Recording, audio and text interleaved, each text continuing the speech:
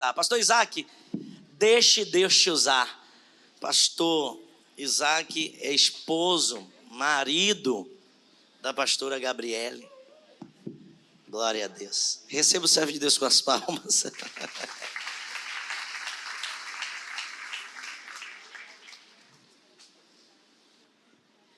Glória a Deus. Pai do Senhor, irmãos. Boa noite a todos. Quem está feliz com Jesus aqui? Motivo de gratidão, de honra para mim. Mais uma vez estar aqui no altar do Senhor para ministrar nessa igreja. O irmão ali perguntou: pastor, hoje o senhor vai passear pela Bíblia de novo? Falei, um pouquinho.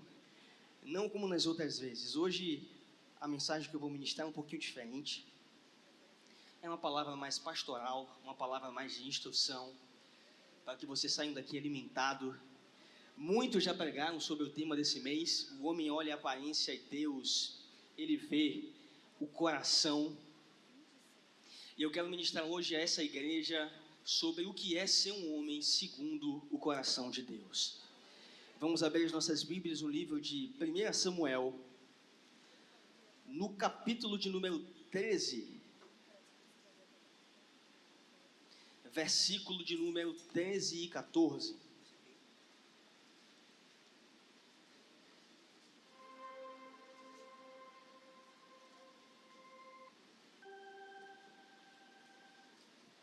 Glória a Deus. Vou ser muito sucinto naquilo que eu tenho para dizer, mas Deus vai falar ao seu coração. Obrigado, meu bispo, mais uma vez pela oportunidade. O Senhor é o nosso grande mestre dessa casa, é quem nos direciona, quem nos dá a palavra viva. Hoje eu vou apenas complementar aquilo que já foi ministrado quase que o mês inteiro sobre esse tema por muitos pastores maravilhosos. Eu vou apenas pincelar rapidamente. Senhor Deus e Pai, eu te agradeço pela oportunidade, pela confiança que o Senhor deposita em mim, de estar aqui ministrando a Tua palavra, Deus. Deus, sem Ti, eu nada posso fazer. Sem Ti, Deus, eu não tenho nada a ministrar à Tua igreja. Sem Ti, de nada vale um curso de teologia.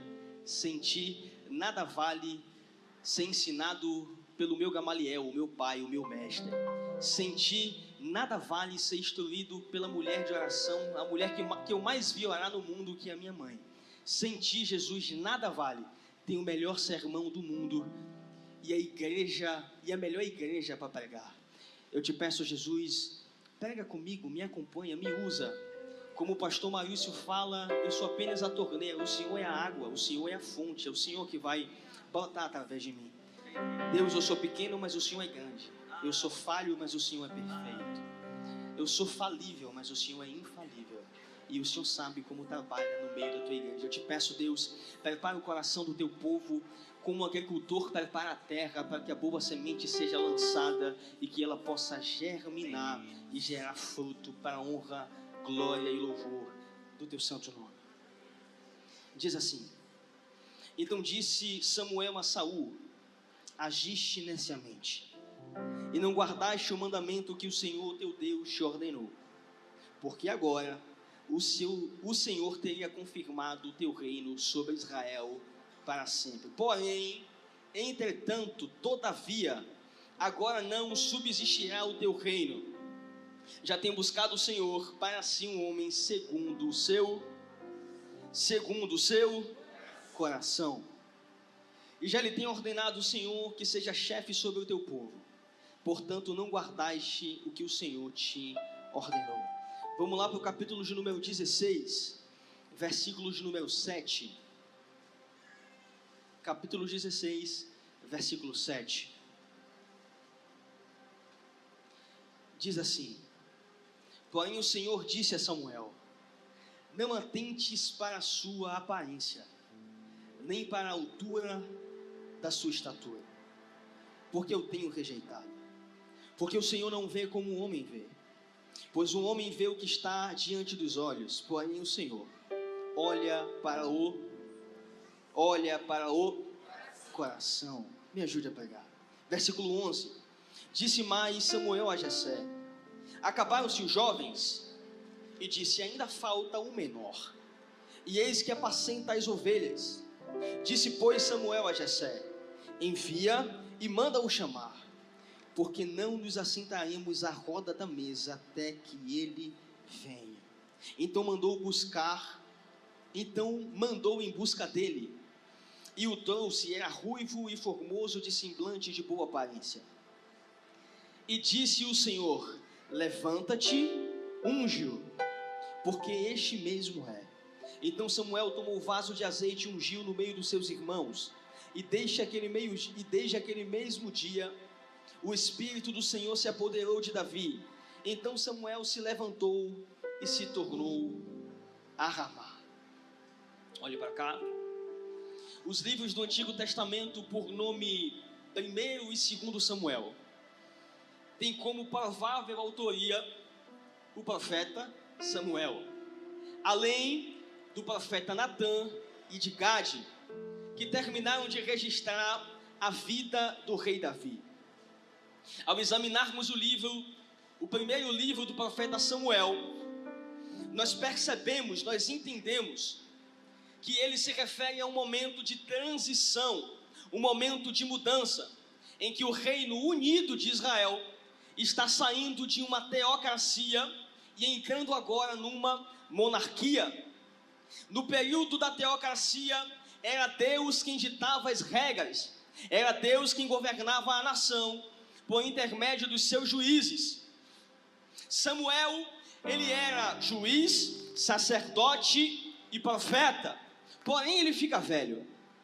E a Bíblia vai dizer que Joel e Abias, os seus filhos, são colocados para serem os sucessores de Samuel. Joel e Abias são agora instituídos como juízes de Israel. Porém, no capítulo 8, versículo de número 1 ao versículo de número 3, vai dizer que eles fizeram o que era mal aos olhos do Senhor. Eles aceitaram propina para julgar o povo. Eles não eram juízes retos como seu pai. Eles não eram juízes tementes a Deus como seu pai. E o povo, vendo que eles eram injustos em seu julgamento, o povo rejeita Samuel, que estava por trás dos filhos. Eles olham para outras nações e agora desejam um monarca, um rei, para os guiar principalmente nas guerras, nas batalhas. Capítulo 8, versículo 5, eles dizem: eis que já está velho, e os seus filhos não andam pelos seus caminhos. Constitui-nos, pois, agora um rei sobre nós, para que ele nos julgue como em todas as outras nações. Detalhe é que não havia problema nenhum em Israel se tornar uma monarquia. O problema era o tempo e a forma que eles queriam colocar um rei, rejeitando a Samuel. Gênesis capítulo 17, versículo de número 6, Deus já havia falado que através da semente de Abraão iria levantar reis. Gênesis capítulo 49, versículo 9 e 10, Jacó lhe abençoou os seus filhos e fala a Judá. Judá é o leãozinho, da presa subsiste, da presa pequena. Em curva se deita como um leão, e como um leão velho quem o despertará? O cetro não se arredará de Judá, e nem o legislador de seus pés, até que venha Siló. E Siló significa a quem pertence o cetro, e a ele se congregarão os povos. Jacó estava profetizando que da tribo de Judá sairiam muitos reis, e um a quem pertence o cetro, a saber, Jesus Cristo. Ele é o leão da tribo de Judá. Ele é o rei que reina para todo o sempre.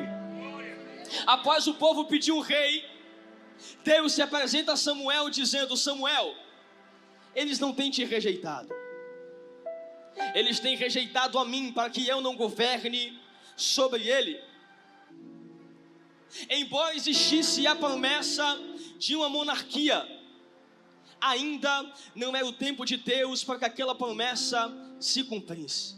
Não tinha chegado o tempo, mas o povo insiste tanto que Deus libera a bênção antes do tempo. Eles só não podem reclamar depois que as consequências chegarem. Você insiste tanto pela bênção de Deus, a bênção que Ele te prometeu, que Deus permite antes do tempo, mas você não pode se queixar, você não pode culpar Deus pela sua afobação em querer a bênção de forma imediata. Se Ele te prometeu, Ele é fiel para cumprir. Espere o tempo do cumprimento da promessa. Hebreus capítulo 10, versículo de número 23 diz: retenhamos firmes a confissão da nossa esperança, que é o Evangelho de Jesus Cristo, porque é fiel aquele que prometeu. Vira para alguém que está do seu lado e fale para ele: não se afobe. Espere o tempo da promessa de Deus, porque aquele que prometeu, Ele é fiel. Números capítulo 23, versículo 19 está escrito: Deus não é homem para que minta, nem filho do homem para que se arrependa. Porventura, diria ele, não faria, ou falaria e não confirmaria? Se Deus promete, Ele garante. Se Ele promete, passarão céu e terra, mas a sua palavra não há de passar. Aguarde o tempo da promessa, porque ela vai se cumprir e você vai cantar o hino da vitória. Mas não se afobe, não se desespere. Nesse período em que o povo está clamando por um rei, Samuel ele vai até Ramá, na tribo de Benjamim, e lá ele encontra um jovem chamado Saul, filho de Quis, procurando as jumentas de seu pai. Samuel olha para Saul e vê um homem forte, um homem que é o mais alto de todo Israel, um homem bonito. E a Bíblia vai dizer que Samuel, ele unge a Saul como rei de Israel. Ele unge pela sua altura, ele unge pela sua aparência. Deus o escolhe não segundo o seu coração, mas Deus escolhe Saul segundo o coração do povo. Saul começa muito bem o seu reinado. No capítulo 10, Saul profetiza. No capítulo 11, Saul liberta a cidade de Jabes de Gileade. No capítulo de número 13, ele forma um forte exército. No versículo de número 14, ele vence os filisteus. Mas o grande desafio de um homem de Deus não é o seu começo, mas é a sua constância. O grande desafio de um homem de Deus não é a reta chegada, não é o final, mas é se manter constante no início, no meio e no fim. E Saul cometeu pecados que Deus fez com que Deus o abominasse, o rejeitasse. Qual foram esses pecados, pastor? Eu aqui cito dois. Primeiro, que me chama a atenção: ele desobedece a Deus e dá livramento e poupa o rei dos amalequitas e o melhor do seu gado, enquanto Deus tinha mandado matar todo mundo. Sobre a justificativa, Saul diz que era para fazer uma grande oferta, um grande sacrifício. Aí Samuel vai até ele e diz para ele: olha, é melhor obedecer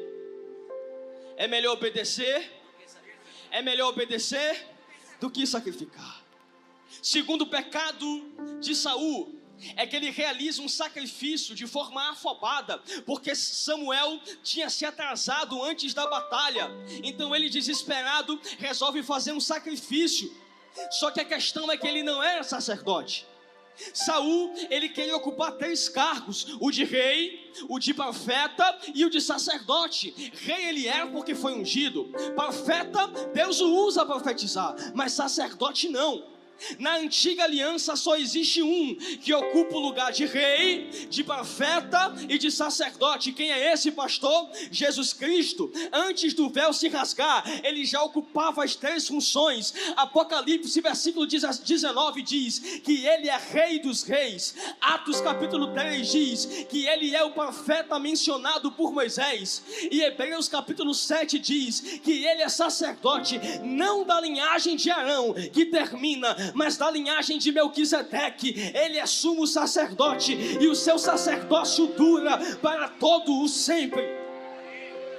E hoje, pastor, na nova aliança, quem ocupa essas 3 funções de reinado, de sacerdócio e de profecia? Por gentileza, 1 Pedro capítulo 2, versículo 9.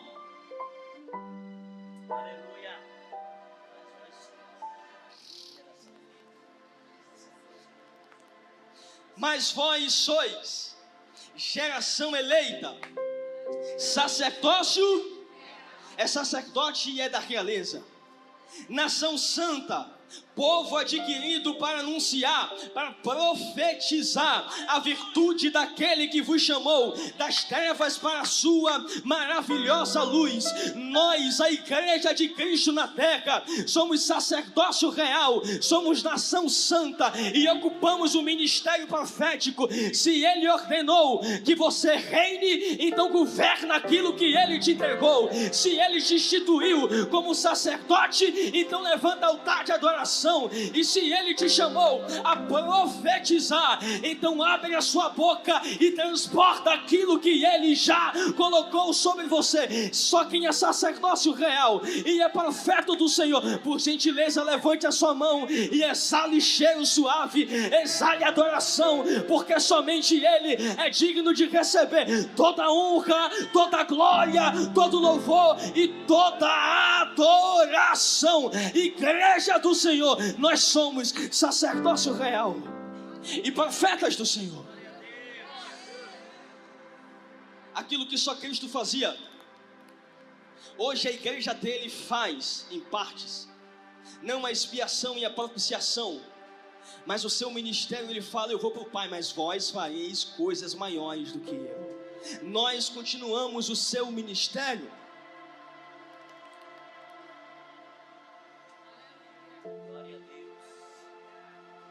Deus rejeita Saul.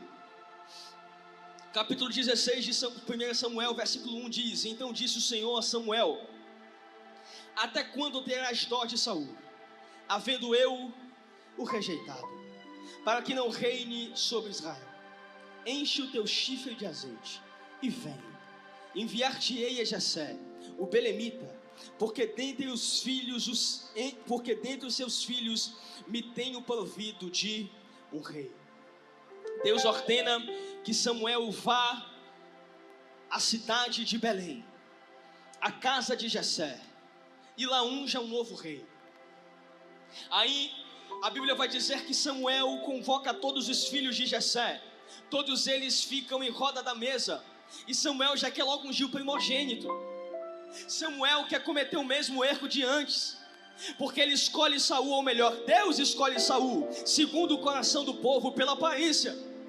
Quando Samuel enxerga o primogênito mais alto, mais forte, ele já vai querendo ungir. Aí Deus diz: epa, peraí, olha o que é que diz o texto, versículo 7, não te atentes para a aparência não é critério para eu derramar azeite sobre alguém, nem pela grandeza da sua estatura, porque eu o tenho rejeitado. O Senhor não vê como o homem vê, pois o homem vê o que está diante dos seus olhos, porém o Senhor olha para o seu coração. Jessé chama Eliabe, chama Abinadab, chama Samar, chama os 7 filhos, e Deus não escolhe ninguém, Deus rejeita todos eles. Aí Samuel questiona: porventura não tem outro filho? E Jessé responde: tem um, lá no pasto, cuidando de ovelha, é pastor. Então manda chamar. Detalhe aqui é que muitos vão dizer que Davi estava no pasto. Davi era pastor de ovelhas, enquanto seus irmãos estavam na mesa, ao redor da mesa. E Davi era diferente dos seus irmãos e rejeitado pela sua família. Muitos dizem que porque ele era bastardo, filho de uma mulher cananeia. O próprio Davi, ele menciona nos Salmos que do pecado gerou a sua mãe. Então muitos têm a falsa interpretação de que Davi é rejeitado pela sua família, porque ele era um simples bastardo, por isso ele tinha cabelo vermelho e era de gentil aspecto. Não, Davi não é o primeiro ruivo da Bíblia. A Bíblia vai dizer que o filho de Jacó, Esaú, já era ruivo. Talvez Davi ele fosse rejeitado por ser ruivo, porque Cã, o homem de qual veio o pecado através de Noé, ele era ruivo.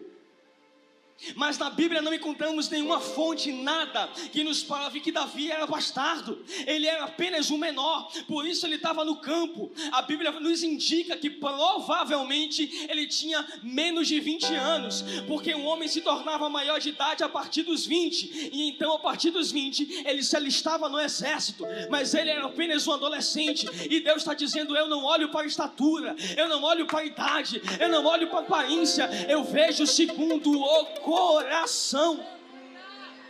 Davi é ungido a rei porque Deus o escolhe segundo o seu coração.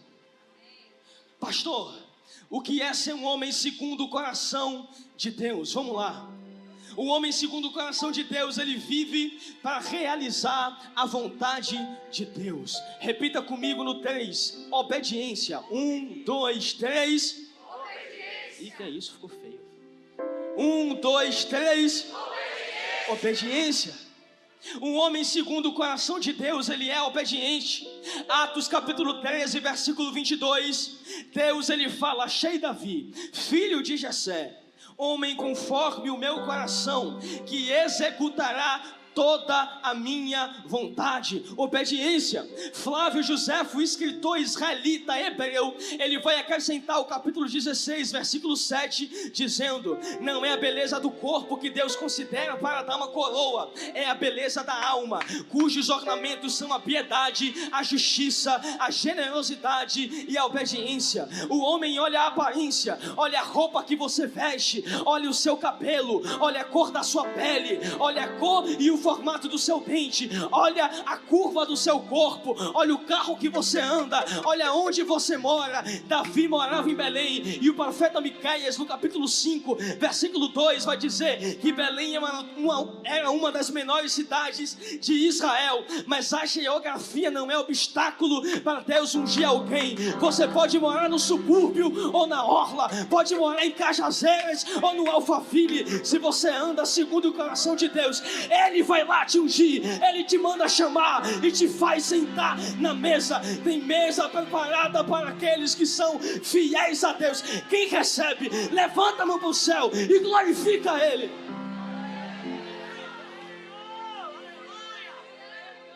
Deus é esse. Tu pode ser preto, cabelo duro, e eu sou negão também, minha mãe é negona. Tu pode ser baixinho, pode ser alto, pode ser loiro, pode ter olho azul, isso nada importa para Deus, isso não vale de nada. Tu pode vir da casa mais miserável da comunidade, se Deus achar graça no seu coração, Ele te unge, Ele te coloca na mesa e diz: é meu, e Ele vai reinar debaixo da minha unção. A aparência não conta de nada para Deus, só vale para o homem. Saul é o mais alto de Israel, mas quando Golias desafia, ele se acovarda, e o menor da casa de Jessé se pontifica. Detalhe, 1 Crônicas capítulo 12, versículo 2, vai dizer que a família de Saul é especialista no uso da funda, uma arma de guerra que fazia parte da artilharia. Se a família de Saul é especialista no uso da funda, e não a família de Davi, que eles eram da tribo de Judá, por que quando Golias o desafia, não é Saul que enfrenta ele com a funda? Quem é que vence Golias com a funda? Davi. Não é Saul. Embora alto, embora forte, embora habilidoso, ele se acovarda, porque para Deus a habilidade nunca vai ser mais importante do que um coração disposto a honrar a Ele. Estão olhando para Saul e dizendo: é alto. Estão olhando para Saul e dizendo: é forte, é bonito, é habilidoso. Mas Deus está olhando para ele dizendo: é desobediente, é autossuficiente, é insubordinado. E eu o rejeitei e vou usar um improvável com o coração disposto a obedecer.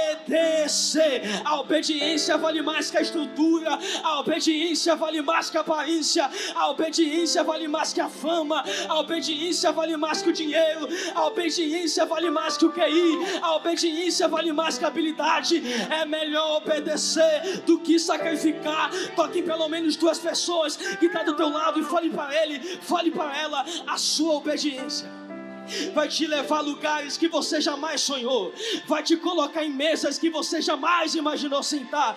Deus vai te honrar por causa da sua obediência.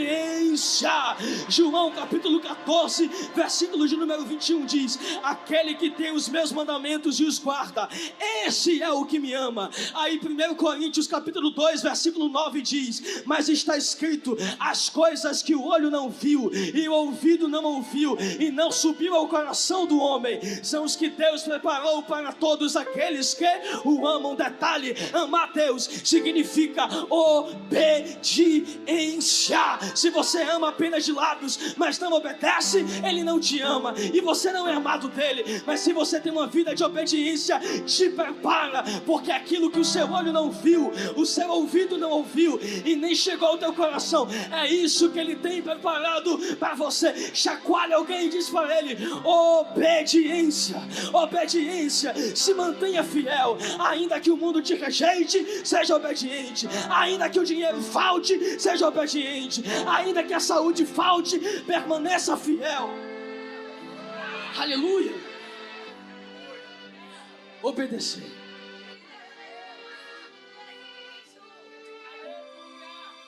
Essa não é uma mensagem triunfalista. Essa é uma mensagem pastoral.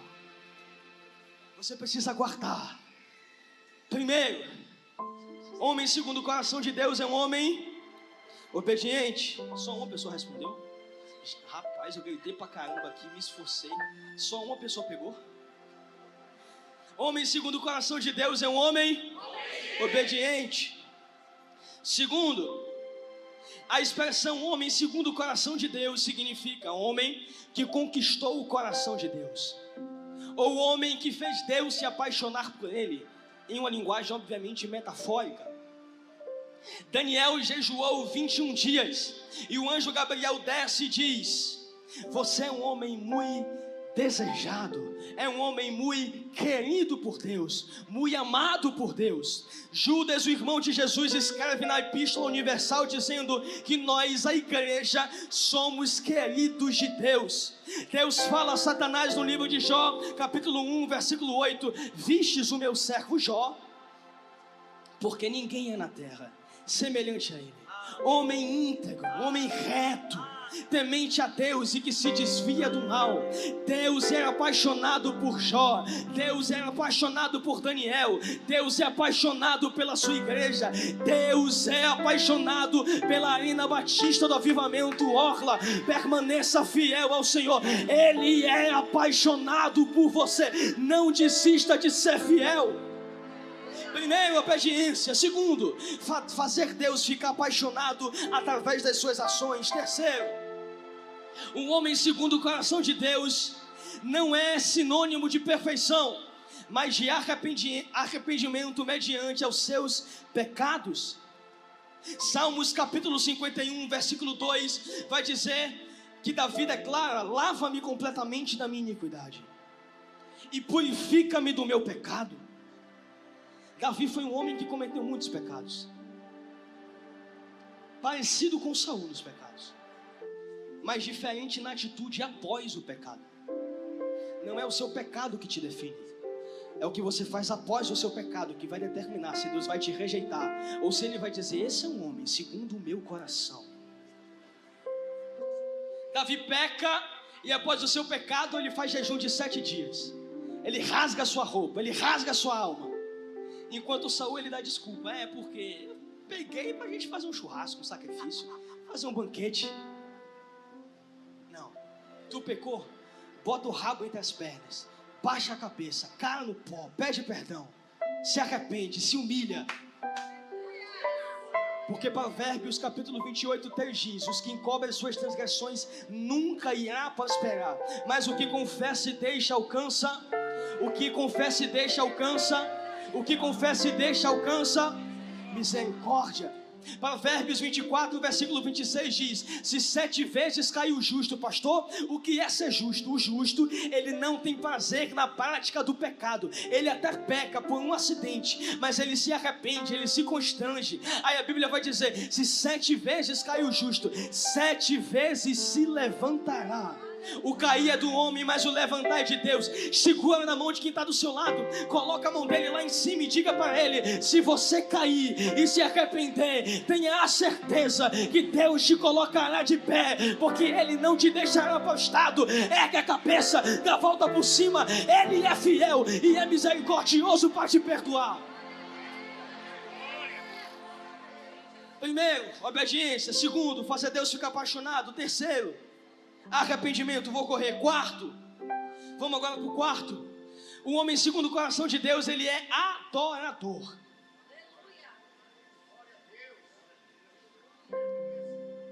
Davi, ele escreve cerca de 73 salmos de adoração ao Senhor. João capítulo 4, versículo 24 diz que os verdadeiros adoradores adorarão o Pai em espírito e em verdade. Um homem segundo o coração de Deus, ele é adorador.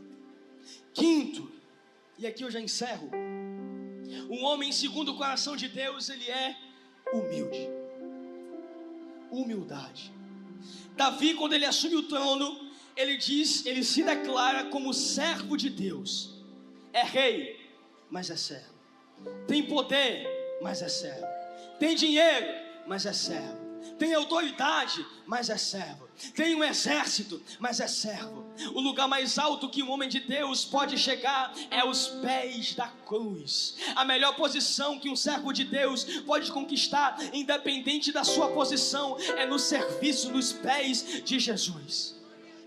Independente do que Deus te entregar, tenha consciência de que você é nada mais do que um servo. Ah, pastor, mas a Bíblia diz que nós não somos mais chamados de servos, e sim de amigo, porque nós sabemos aquilo que o Pai deseja para nós, aquilo que Ele faz. Nós conhecemos a Cristo, mas mesmo sendo filhos, nós precisamos nos comportar como servo de orelha furada. A Bíblia vai dizer que no Yom Kippur, os servos, os escravos, eles eram livres, porém, o bom servo, o servo fiel, ele voltava ao seu Senhor, dobrava o joelho e dizia: eu desejo continuar sendo seu escravo, eu desejo continuar sendo seu servo. Não há melhor posição para mim do que o serviço contigo, não há melhor posição para mim do que trabalhando para você. Eu desejo continuar sendo seu escravo. Mas como não podia naquela época, então o Senhor pegava um brinco. Não estou incentivando ninguém a colocar argola na orelha, pelo amor de Deus, principalmente homem. Isso aqui não estou dizendo não.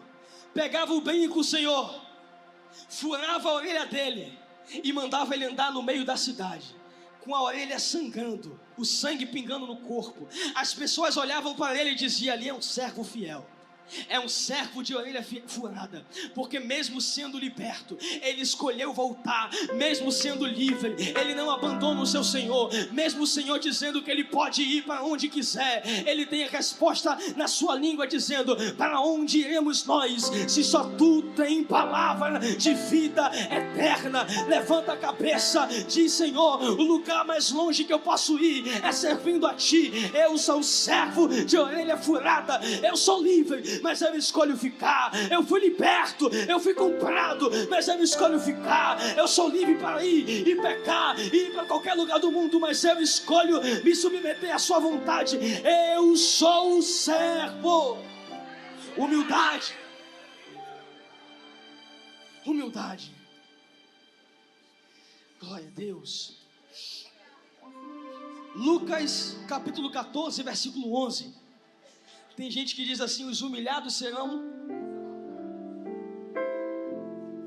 Como é que é? Os humilhados serão... Na minha Bíblia não tem isso. Eu sei que tu bota na sua rede social, no seu story, na sua... Como é que fala aquele negócio do WhatsApp? Dos status do WhatsApp. Rapaz, o que eu vejo lá de humilhados serão exaltados. A pessoa tomou a banca de alguém, brigou com alguém, aí já sabe. Nos stories, os humilhados serão exaltados. Não. Lucas capítulo 14, versículo 11 diz: portanto, qualquer que a si mesmo se exaltar, esse será humilhado, e aquele que a si mesmo se humilhar... Não é um homem que te humilha para Deus te exaltar, É você que se humilha diante dele para que você seja exaltado. Tiago capítulo 4, versículo 10 diz assim: humilhai-vos perante o Senhor, e Ele os exaltará. Não é você não é exaltado quando o homem te humilha. Você é exaltado quando você escolhe se humilhar diante de Deus. Lutero diz: Deus criou tudo do nada, e enquanto o homem não se esvaziar, Deus não poderá fazer nada com ele. Deus cria tudo do nada, é o que Lutero disse. E se você não se esvazia de si, Deus não pode fazer nada com você. Humildade. Aí Filipenses capítulo 2, versículos 6 e 7 diz: Jesus, sendo em forma de Deus, não teve por usurpação ser igual a Deus, mas se esvaziou. A si mesmo, tomando forma de, fazendo-se semelhante aos homens, se humilhe diante de Deus. Jesus, sendo Deus, ele não teve por usurpação ser igual a Deus, mas ele se esvaziou da sua vaidade, da sua aparência. Ele se humilhou para que Deus o exaltasse e dissesse, após a sua morte: ele dado todo o poder, tanto na terra como no céu. Você tem a chave de Davi, e agora o que você abre, ninguém fecha, e o que ele fecha, ninguém pode abrir. Ele dado todo o poder. Humildade. Nabucodonosor, ele olha da sua sacada as obras que ele fez, e ele diz: não é esta grande Babilônia que eu edifiquei para a casa real, com o poder da minha força e para a glória da minha majestade. Olha a audácia do cara. Rapaz, esse é bom mesmo. Olha a obra que eu fiz na Babilônia, com o poder da minha força e para a glória da minha majestade. Deus olha de cima para um cidadão desse e coloca uma doença nele chamada zoantropia. Ele, homem forte e poderoso, agora se comporta como animal. Vai para o campo e come capim por 7 anos. Porque Deus abate o soberbo, mas exalta o humilde. É poderoso, né? É forte, né? Não é para o poder e a honra, a glória do seu nome. Então agora vai para o pasto, vai comer capim por 7 anos.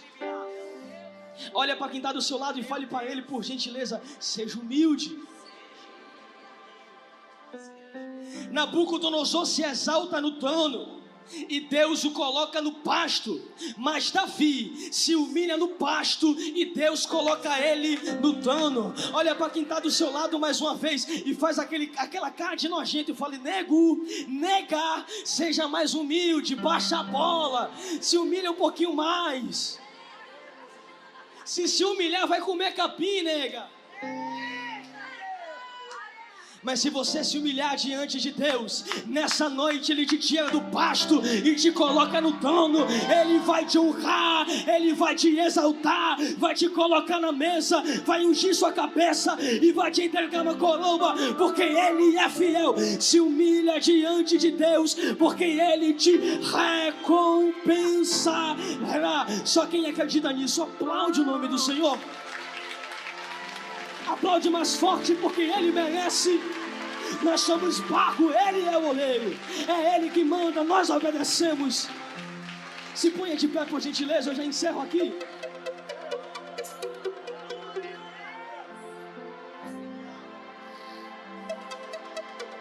Segura na mão de quem está do seu lado, com humildade. Eu sei que você não gosta muito disso, de segurar na mão, mas segura na mão dele. Abaixa a cabeça um pouquinho, vamos orar ao Senhor. O homem segundo o coração de Deus, ele é obediente. Ele faz Deus se apaixonar por ele, através de suas atitudes. Ele se arrepende dos seus pecados. Ele é adorador. E ele é humilde. Curve sua cabeça. Deus não te esqueceu no pasto. Deus não se esqueceu de você. Ele te viu lutando com urso, ele te viu lutando com leões, e enquanto ninguém te via, ele te via. E nessa noite ele te diz: eu estou mandando te chamarem do pasto, porque nessa noite um novo óleo desce sobre a sua cabeça e te reveste com o meu espírito. Receba um novo óleo na cabeça da parte de Deus. Seja regenerado por Deus. Nessa noite ele limpa o seu coração. Talvez os teus caminhos sejam tortuosos, mas Deus está dizendo: eu removo o coração de pedra e coloco um coração de carne. Comece a orar, levante a sua voz e diga a Deus: nessa noite eu me submeto à sua vontade, ao seu poder, à sua autoridade. Eu reconheço que nada sou, Pai, e me coloco na posição de servo. Deus, eu me humilho diante de Ti e te peço: apaga o meu pecado, apaga o meu passado. Deus, transforma o meu coração, dai-me um coração igual ao Teu, Senhor. Transforma o meu caráter, porque eu não quero ser rejeitado como Saul, eu não quero ser rejeitado como os filhos de Jessé, mas eu quero ouvir que Deus mandou me chamar, que o Senhor me chama para sentar na mesa, porque eu sou um homem, eu sou uma mulher segundo o seu coração. Agora é com você, abre a tua boca, comece a clamar, comece a falar com Deus, comece a dizer: Deus, me limpa, faz de mim um homem e uma mulher obediente, alguém que faz o Senhor se apaixonar pelas minhas atitudes, alguém que se arrepende, ó Pai. Deus, talvez eu erro e não consigo me arrepender, mas nessa noite envia o Teu Espírito Santo, porque o Senhor pode me convencer do pecado, da justiça e do juízo. Faz de mim alguém que adora a Ti, não somente com os meus lábios, mas com a minha vida. Faz alguém, ó Deus, faz de mim alguém que adora a Ti em espírito e em verdade. Faz de mim alguém humilde, ó Senhor, porque eu quero ser achado por Ti, eu quero ser exaltado por Ti, eu quero ser honrado por Ti, e o lugar mais alto que eu posso acessar é os Teus pés, Senhor. Me eleva, Pai, para que eu possa tocar os Teus pés como a mulher do fluxo do sangue, Senhor. Ah, Deus, me eleva, Pai, para que eu possa chamar e dizer: filho de Davi, tem misericórdia de mim, porque o lugar mais alto que eu posso estar é aos pés da cruz, é na Tua presença, é nos Teus átrios, ó Senhor Deus. Aqui está a Tua igreja, um povo lavado, um povo comprado, um povo adquirido com preço de sangue, e eu te peço, Pai, recebe a adoração, recebe o louvor desse povo, ó Senhor. Se tiver pecado nessa noite, eu peço, perdoa, ó Deus. Deus, se aqui há alguém enfermo nessa noite, o Senhor, que é médico dos médicos, pode curar, tem autoridade para curar. Deus, eu te peço, começa a liberar anjo no arredor dessa igreja, e se tiver um demônio alojado em alguém aqui, ou na família, ou na casa, eu dou a ele 5 segundos, ou será queimado pelo poder da sua glória. A boca, começa a adorar, guerrei pela sua casa, guerrei pela sua família, começa a dizer: Deus, faz do meu marido um homem segundo o seu coração, faz do meu filho um homem segundo o seu coração, faz da minha esposa uma mulher segundo o seu coração, Senhor.